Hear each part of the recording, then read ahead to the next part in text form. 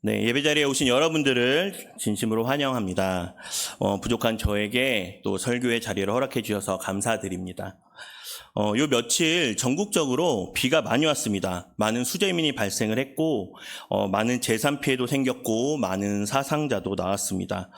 언제나 이러한 자연재해를 겪을 때면 인간이 얼마나 한없이 나약한 존재인지 다시 한번 생각하게 됩니다. 하지만 나약한 인간이기에 가능한 일이 있다면 우리는 서로 도울 수 있다는 것입니다. 마침 오늘 본문이 내 이웃을 내 몸과 같이 사랑하라는 말씀인데, 이 말씀을 우리가 마음에 새기고 몸으로 실천하는 우리 횃불교회 가족들이 됐으면 좋겠습니다. 원고가 사실 주 초에 나왔는데 갑자기 홍수가 나면서 이렇게 준비했던 설교를 다시 정정하게 되었습니다.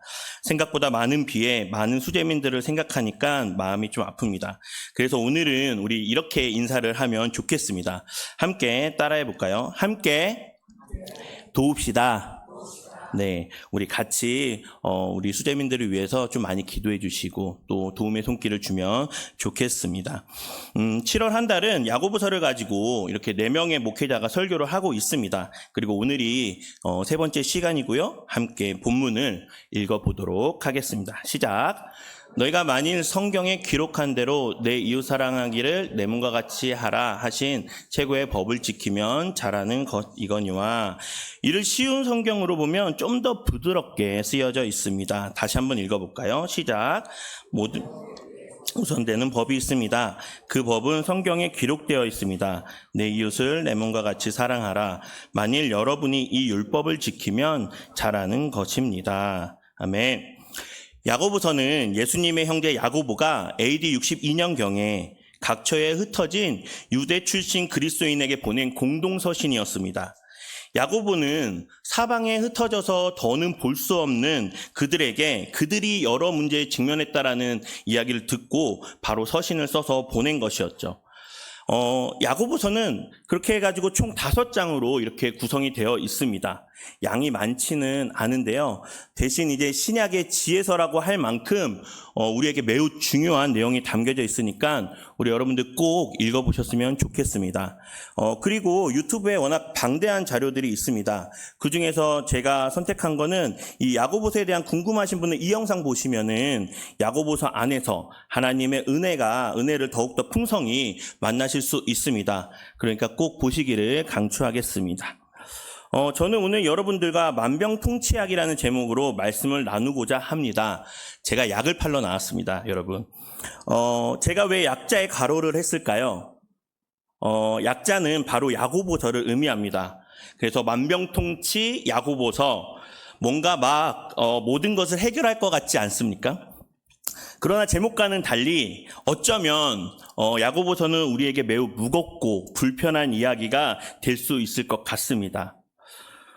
야고보서는 사실 좀 불편한 서신서입니다. 왜냐하면 이 믿음의 실천적인 측면을 강조하고 있습니다. 물론 그러다 보니까 산상수훈의 교훈도 자주 등장하고요. 그 다음에 잠언의 여러 교훈들도 자주 등장합니다. 게다가 믿음이 있는데 행함이 없는 자들을 향해서 준엄한 경고와 질책도 자주 눈에 띕니다. 그러다 보니까 야고보서는 우리가 그 병원에 갔을 때 의사 선생님들이 늘 하는 말 있잖아요. 왜 하는 말마다 그 맞는 이야기인데 뭐 이렇게 새겨 들어야 하는데 그 이게 실천이 잘 안 되는 말 있잖아요. 뭐 밀가루 끊어라. 뭐 규칙적으로 운동해라. 뭐 살을 빼야 한다. 뭐 이런 것들이죠. 그 해야 하는 것들은 잘 아는데 잘 안 하게 되거나, 말은 쉬운데 행동으로 옮기기 쉽지 않은 그런 것들이 있죠. 그런 것들이 야고보서의 대다수입니다. 그래서 매우 불편할 수 있습니다. 그러니까 여러분들 야고보서를 읽으실 때 조금 마음 굳게 먹으시길 바라겠습니다. 야고보 사도는 당시 초대교회에 있던 문제들을 나열하면서 하지 마라, 그러면 안 된다, 이렇게 해라 말하는데요. 어떤 문제들이 있었는지 우리 함께 보도록 하겠습니다. 네, 첫 번째는 차별과 편견입니다. 당시 교회에는요, 부유한 자랑 가난한 자를 대하는 태도에 있어서 명확한 이렇게 편견이 있었습니다. 금가락지를 끼고 좋은 옷을 입은 부자에게는 이쪽에 앉으십시오 이렇게 해놓고서 누추한 옷을 입은 가난한 사람들에게는 당신 거기 서 있든지 내 발등 아래에 있든지 그렇게 하시라고 그렇게 무시를 했습니다. 어떻게 보면 요즘 말로는 유전무죄, 무전유죄 같은 거였죠. 자, 두 번째입니다. 행함이 없는 형식적인 믿음이었습니다. 또한 교회 안에는 입술로만 믿음을 고백하고 믿습니다 말하지만 실제 삶에서는 아무런 변화나 실천이 없는 사람들이 많았습니다. 단순히 지식적으로 믿음을 가지고 있으면서 나 믿음 좋아 이러면서 자랑하고 다녔던 거죠. 아마 여러분 주변에도 이런 사람들이 있을 수 있습니다. 그런데 이런 믿음은요, 귀신들도 안다는 거예요. 게다가 그들은 믿음과 행함에 있어서 오해를 많이 하고 있었습니다. 그래서 행함이 없는 믿음은 생명력이 없다는 것을 모르는 아주 어리석은 그런 형식주의에 빠져 있었던 것이죠. 세 번째는 말의 실수와 악한 혀에 대한 이야기였습니다. 말에 대한 이야기를 하고 있어요. 축복해야 할 입에서 비방과 거짓말이 난무했다는 것입니다. 대부분 우리가 교회 생활을 하다가 교회를 떠나는 이유들이 다 말로 상처를 받아서입니다. 야고보는 그렇게 공동체 안에서 관계를 단절시키고 상처를 줬다는 것입니다. 야고보는 그렇게 사람의 혀가 얼마나 큰 파괴력을 가지고 있는지 경고를 하면서 말하는 것에 대해서 중요하게 문제를 다루고 있습니다. 또한 성도라면 혀로 하나님을 찬양할 뿐만 아니라 이웃을 축복해야 하는데 한 입으로 찬송과 저주가 함께 나오는 이중적인 태도를 비판하고 그렇게 비판을 하고 있는 것입니다. 여러분들 어떠십니까? 이런 이야기를 들으시면 좀 불편하지 않으십니까? 근데 아직 안 끝났습니다. 좀 몇 개 더 있는데요. 네 번째는 세상적인 지혜와 다툼, 욕심에 대한 부분이었습니다. 어쨌든 더 큰 문제는 교회 안에서 서로 싸우고 다투며 원하는 것을 얻지 못하면 싸우고 죽이기까지 했다고 합니다. 뭐 때문에요? 바로 교회 안에서 정욕과 탐심으로 세속적인 욕망에 사로잡혀서 그랬던 것이죠.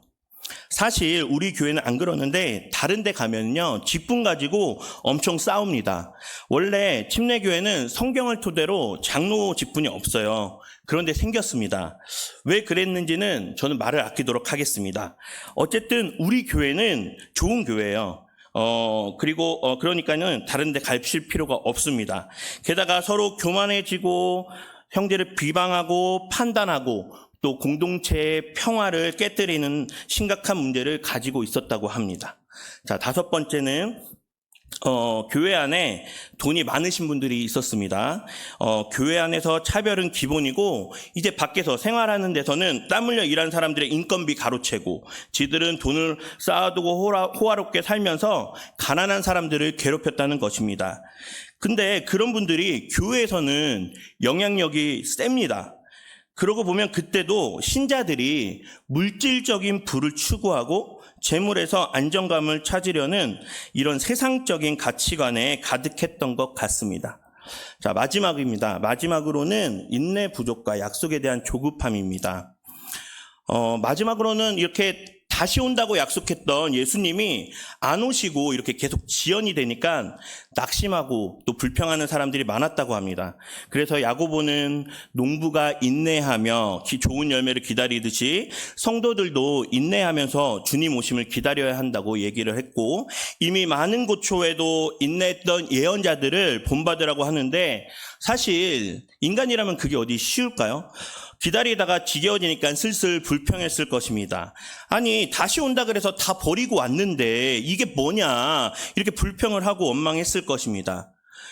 인내가 부족한 모습은 어떻게 보면 하나님의 이름을 경외하지 않는 그런 모습인 것이죠. 어떠신가요 여러분? 당시 초대교회의 모습을 보면은요 오늘날의 교회와 별반 차이가 없어 보입니다. 아니 어쩌면 요즘이 더한 것도 있는 것 같습니다. 사실 제 얼굴에 침 뱉는 것 같아서 썩 기분이 좋지는 않습니다. 이게 비단 특정 직분만의 문제가 아닙니다. 바로 교회 공동체 전반에 걸친 문제인 것이죠. 그래서 야고보 사도는 이러한 교회의 모습을 정면으로 직시하고 오직 하나님의 지혜를 구하고 말씀에 대한 순종, 특히 이웃사랑의 실천을 통해야만 교회가 건강하게 회복될 수 있음을 강력하게 역설하면서 교회에 편지를 보낸 것이었습니다. 그리고 그 편지는 지금도 유효한 경고이면서 동시에 강력한 치유책입니다. 마치 오늘날 교회가 앓고 있는 많은 병을 해결해 줄 만병통치약처럼 말입니다. 지난 3월에 제가 요한 1서의 말씀으로 교회의 숙명이라는 설교를 했었습니다. 교회는 서로 사랑해야 하는 숙명을 가진 존재다, 이런 내용이었는데요. 얼굴을 보니까 오래돼서 기억을 잘 못하시는 것 같습니다. 괜찮습니다. 여러분들이 잊으셔야 제가 계속 같은 이야기를 해도 새롭게 들리실 테니까요. 너무 좋습니다. 하지만 잊지 말아야 할 것은 내 이웃을 내 몸과 같이 사랑하라입니다. 그래서 저는 이 시간 여러분들과 함께 교회의 숙명 두 번째 시간을 가지려고 합니다. 하나님은 하나님의 백성에게 두 가지처럼 보이나 한 가지인 큰 법을 주셨습니다. 첫째는 하나님을 사랑하고 둘째는 그와 같으니 내 이웃을 내 몸과 같이 사랑하라입니다. 그리고 성경 전반에 걸쳐서 이 법을 기준으로 어떻게 해라 이렇게 쓰여 있습니다. 그중 아주 친절하게 쓰여져 있는 것이 바로 야고보서입니다. 내 이웃을 내 몸과 같이 사랑하라. 만일 여러분이 이 율법을 지키면 잘하는 것이다 라고 말하는 것이죠. 이 말씀에 순종하는 것이 잘하는 것이고 이것이 신앙의 정수인 것입니다. 그런데 우리는 이 말을 너무나 많이 들었어요. 그래서 너무나 익숙하고 이 말을 들으면 그냥 고개는 끄덕이게 되는데 오늘 이 야고보서의 말씀에서 이 구절은 굉장히 불편하게 느껴집니다. 마치 이 상처난데 이렇게 소금을 뿌린 것 같은 느낌이 듭니다. 왜 그럴까요? 2장 14절에서 이런 말씀이 있습니다. 내 형제들아, 만일 사람이 믿음이 있다 하고 행함이 없으면 무슨 이익이 있으리요? 그 믿음이 능히 자기를 구원하겠느냐? 그리고 이어서 17절에는 이와 같이 행함이 없는 믿음은 그 자체가 죽은 것이다 라고 말하고 있습니다.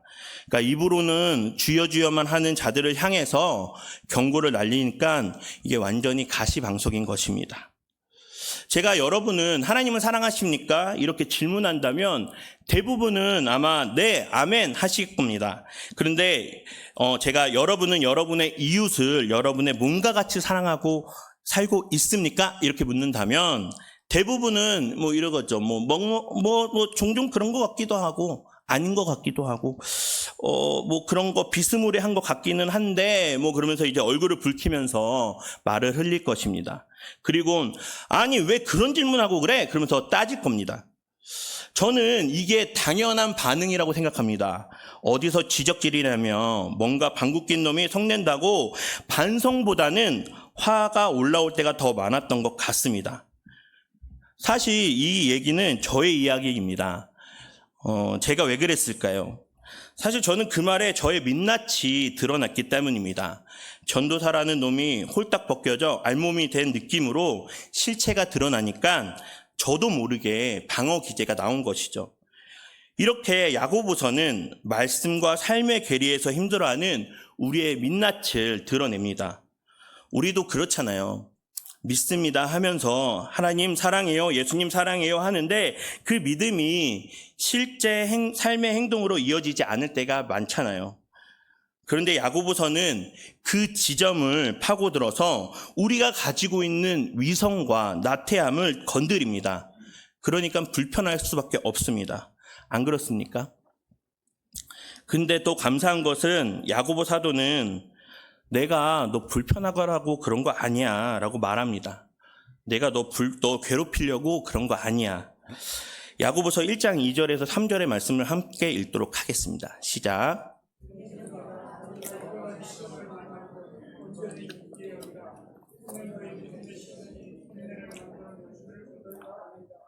아멘.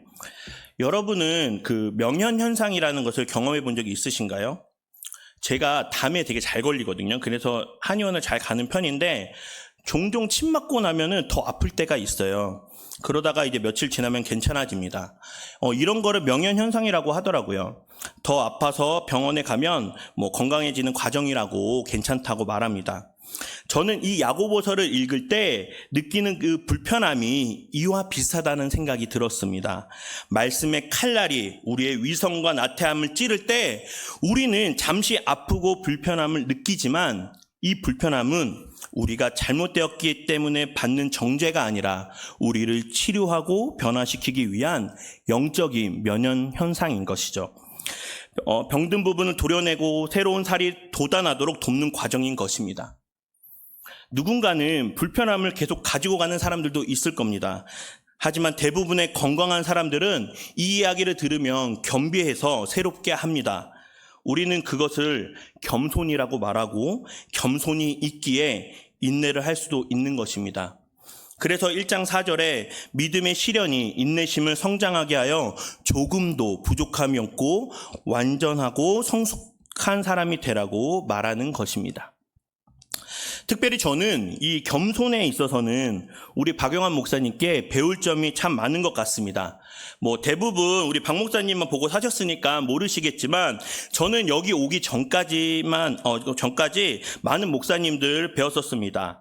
그런데 목사님 연배에 이렇게 겸손하신 목사님은 처음 뵌 것 같습니다. 그래서 제가 횃불에 왔을 때 약간 천연기념물 보듯이 제가 봤었습니다. 어쨌든 너무 신기했는데 제가 몇 주 전에 제주도를 갔었거든요. 그래서 담임 목사님과 함께 제주도 이렇게 다니면서 다니다가 이제 떡집을 하는 저랑 친한 동생 목사가 있었거든요. 그래서 그 친구를 만나러 갔다가 이제 뭐 교제하고 이제 집에 가려고 하는데 이제 제가 조수석에 타고 목사님이 운전석에 타는 거예요. 그러니까 그 목사 동생이 깜짝 놀라면서 담임 목사님이 운전을 막 이러고 있더라고요.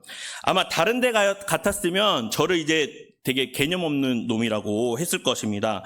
이제 보통 부사역자들은요, 부사역자들이 이렇게 담임 목사님을 이렇게 수행하거든요. 근데 제가 제주도에 갔을 때는 담임 목사님이 저를 수행해 주셨습니다. 사실 담임 목사님의 겸손이 이뿐만이겠습니까?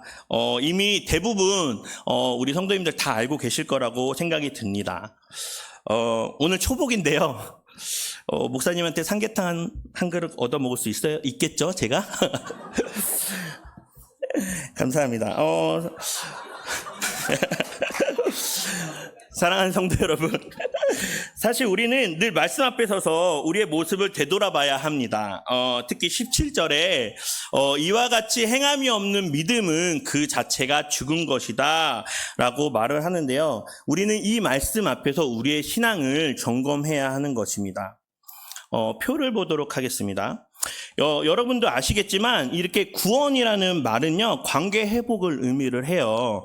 성경은 우리가 하나님과 단절된 죽음의 상태에서 예수 그리스도를 믿는 믿음으로 하나님의 은혜를 통해서 하나님과의 관계가 회복되는 생명의 상태로 변화된다라고 말하고 있습니다. 그런데 행함이 없는 믿음이 죽은 거라는 것은 행함이 없는 믿음은 온전한 구원이라고 볼 수 없다라는 것이죠. 참된 믿음은 반드시 행함을 동반해야 구원이 완성된다라는 것입니다. 그래서 우리가 함께 읽었던 본문 2장 8절은요. 내 이웃을 내 몸과 같이 사랑하라. 만일 여러분이 이 율법을 지키면 잘하는 것이다 라고 말하는 것입니다.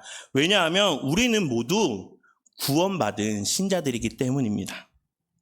신자인 우리들이기에 우리는 이 말씀 앞에서 우리의 신앙을 늘 점검해야 하는 것입니다. 입술로는 하나님을 사랑하고 이웃을 사랑한다고 고백하는데 실제 삶에서는 내 유익이 먼저고 말로 다른 사람에게 상처 주고 겉모습으로 사람을 판단하고 차별하고 있지는 않은지 이 말씀에 비추어서 되돌아봐야 하는 것입니다. 주일 예배에 나와서 뜨겁게 찬양하고 은혜로운 설교를 듣고 아멘으로 화답하지만 예배당 문을 나서는 순간 우리의 언어와 행동은 세상 사람들과 다를 바 없는지, 그리고 교회를 사랑한다면서 공동체 안에서 험담하고 다른 지체들을 비방하며 분열을 조장하고 있지는 않은지, 어려운 이웃을 긍휼히 여기는 마음이 있다고는 하는데 실제로는 작은 물질 하나 나누는 것조차 아까워하지 않은지 늘 돌아보는 신앙을 가져야 하겠습니다. 설교를 하는 저 역시도 한 입으로 찬송과 저주가 나는도다. 내 형제들아, 이것이 마땅치 아니하니라. 샘이 한 구멍으로 어찌 단물과 쓴물을 내겠느냐? 이러한 지적에 자유롭지 못합니다. 사실 이 구절에 안 걸리실 분들이 계시겠습니까? 제 아내와 아이들 그리고 저랑 친한 지인들은 속으로 아마 저를 비웃고 있을지도 모릅니다. 이처럼 야고보서는 우리의 이러한 모순된 신앙, 즉 말로만 살아있는 것처럼 보이고 실제 죽은 믿음에 대해 경종을 울리고 있는 것입니다. 진정한 믿음은 결코 머릿속 생각이나 입술의 고백으로 끝나지 않습니다.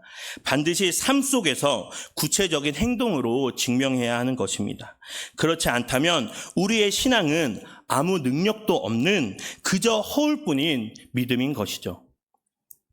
자, 그렇다면 우리는 이제 어떻게 해야 할까요? 우린 이미 답을 다 알고 있습니다. 그렇죠? 의사 선생님이 다 얘기하셨잖아요. 우린 이미 답을 알고 있습니다. 그리고 야고보서에도 이미 답을 다 말하고 있습니다. 성경 어디에도 그 답을 알려주고 있습니다. 우리는 그 말씀에 그냥 순종만 하면 되는 것이죠. 그래서 순종이 제사보다 낫다라는 말씀을 하는 것입니다. 그러나 인간의 죄성은 하나님을 향한 경외함보다는 세상적인 가치관과 육신의 정욕에 이끌려 많은 문제들을 일으키고 있습니다. 결코 초대교회 사람들은 이웃사랑을 모르지 않았습니다. 그리고 그것은 우리도 마찬가지입니다. 그렇기 때문에 야고보 사도는 이웃사랑이 추상적인 개념이 아니라 매우 구체적인 행동으로 나타나야 함을 강조하고 여기에 하나님의 지혜가 필요하다라고 역설하고 있습니다. 야고보서 1장 5절 우리 같이 한번 읽도록 하겠습니다. 시작.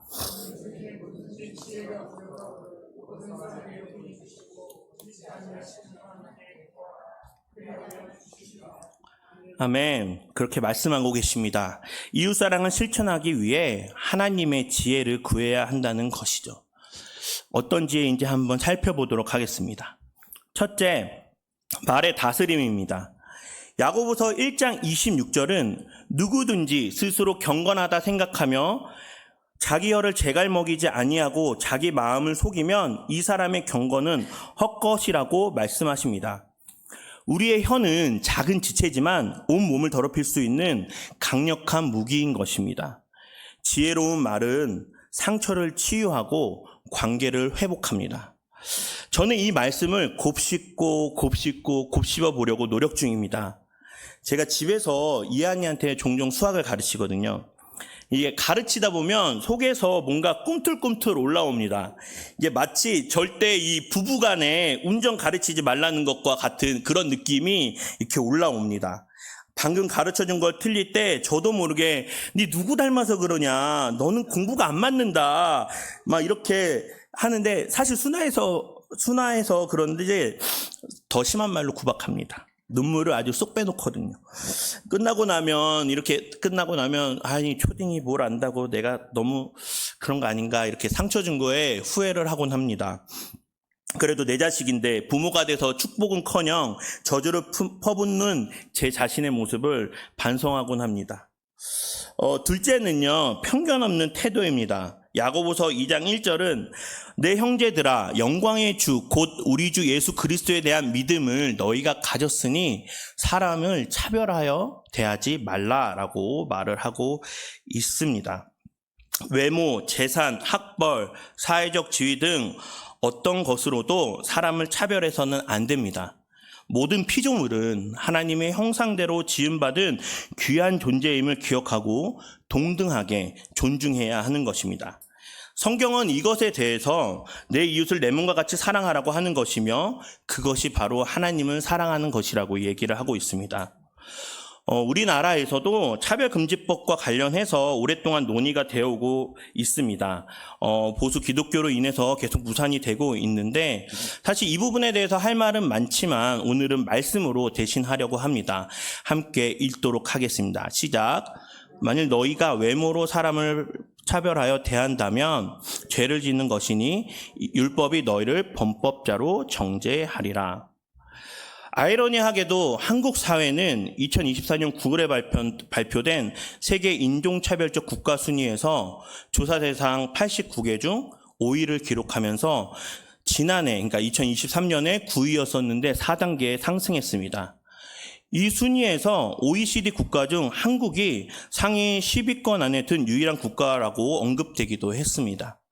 10위권 안에 들어있는 나라의 종교들을 보면은요, 이란, 바레인, 미얀마, 캄보디아를 제외하고 대부분 기독교인이나 정교의 수가 많은 나라들이 지배적이었습니다. 그중 한국은 선교사를 가장 많이 보냈던 나라이기도 했다는 점을 생각해 보면 이러한 그 조사들은 참 많은 것들을 반성하게 하는 것 같습니다. 네, 다음은 세상적인 욕심을 버리고 화평을 추구하는 것입니다. 야고보서 4장 1절은 이렇게 말합니다. 너희 중에 싸움이 어디서부터, 다툼이 어디서로부터 났느냐? 너희 지체 중에서 싸우는 정욕으로부터 나는 것이 아니냐라고 이야기를 합니다. 맞습니다. 우리의 다툼은 대부분 각자 이기적인 욕심에서 시작됩니다. 상대를 배려하지 않고 이렇게 내 주장만 앞세울 때 갈등이 생깁니다. 마음속에 이기심과 지독한 시기심들이 진리를 숨기고 혼란과 온갖 악한 일을 하기에 공동체를 무너뜨립니다. 그렇다면 우리가 욕심을 버리고 화평을 추구하는 방법이 뭐가 있을까요? 절대 자기 힘으로는 할 수 없습니다. 그래서 하나님으로부터 지혜를 구해야 하는 것입니다. 우리 자신이 아무리 잘났고 신앙이 좋다 하더라도 자기 욕심을 버리는 것은 하나님의 지혜 없이는 불가능한 겁니다. 하나님으로부터 지혜를 받은 사람은요, 올바른 삶을 통해서 겸손함으로 자신의 지혜를 보이기 시작합니다. 하나님으로부터 온 지혜는 성결하고 평화가 있고 양순하고 즐겁습니다. 또한 어려움에 빠진 자들을 돕고 다른 사람을 위해 선한 일을 하려고 애를 씁니다. 그리고 늘 공평하며 정직합니다. 주위의 평화를 위해 힘쓰는 자들이 있다면 그들을 둘러보시기 바랍니다. 그들은 의로운 삶으로 좋은 열매를 맺고 있는 것을 보실 수 있을 것입니다. 우리는 공동체의 평화와 화목을 위해서 자기 욕심을 내려놓고 이웃을 위해 기꺼이 희생하는 태도가 필요합니다. 우리는 모든 삶의 영역에서 하나님의 뜻에 순종하며 사랑과 정의, 절제와 책임, 겸손한 마음으로 살아가야 하는 것입니다. 이것이 바로 하나님 나라의 질서인 것입니다. 그러니까 이웃사랑은 그저 개념적인 것이 아니라 단순한 동정이나 친절을 넘어서 자신을 내어주는 헌신, 그 헌신을 포함하는 것입니다.